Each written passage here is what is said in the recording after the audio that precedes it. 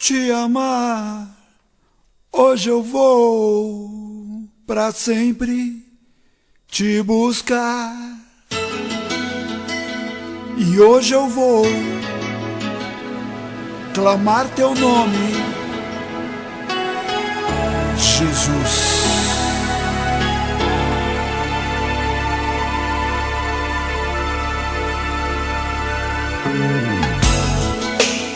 Hoje eu clamo,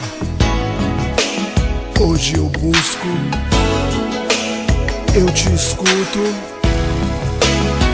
Jesus. Hoje eu falo, eu não me calo, busco teu nome, Jesus. Que bom passar as maravilhas que somente você pode entender.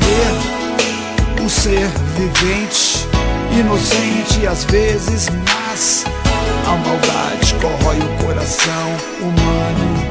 Cada um tem um objetivo, cada um tem um plano,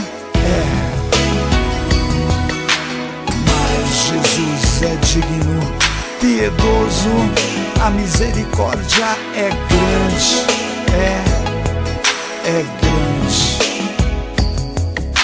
Por isso eu não tenho medo de você. Falo de dia, de tarde, de noite. Temo sim, tenho respeito, mas medo não. Tu és o meu pai, tu és o meu irmão, Jesus, aquele que derramou sangue naquela cruz. Jesus, Jesus, o amigo eterno, o amigo fiel para cada momento. No meio da tempestade, no meio do tormento,